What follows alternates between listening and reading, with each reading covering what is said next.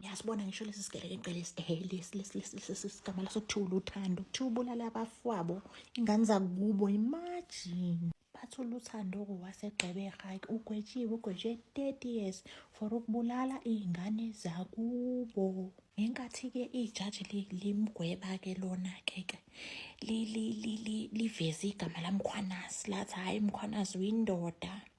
Mkhwanazi sibonga ukwethembeka kwakho. Bathi siyabonga uthembekile Mkhwanazi. Washo wathi amaphoyisa amanye awasathembakele njengoba kadusho ukuthi amanye amaphoyisa akhohlakele ayizigebengu asebenza nazo igebengu lezi. Lancoma ijaji kubaseshi becala lathi yazini nisebenzile. Kuthiwa kunezinye-ke kunabanye amaphoyisa azile kumseshi waleli cala afike athi ambuza athi ufuna malini, sizokunikeza imali ukuthi usinikeze leli dokodo. Umseshi wathi fuck off.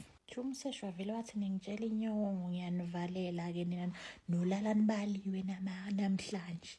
Wawavalela vele lawo maphoyisa lawo. Cabanga isipindi esingaka. Usuka kwenye police station uzofuna idokodo. Kwenye police station uzotshela umseshi ukuthi ufuna malini. Wathi umseshi wabamba kuthiwa zakhala. Baboshiwe amaphoyisa la. Umseshi-ke kuthiwa ubekwe endaweni ephephile-ke ngoba phela impilo yakhe isengcupheni. Usaba phela ukubulawa yilezi gelekeqe zamaphoyisa mbumbulu ayizigebengu asebenza ney'gebengu.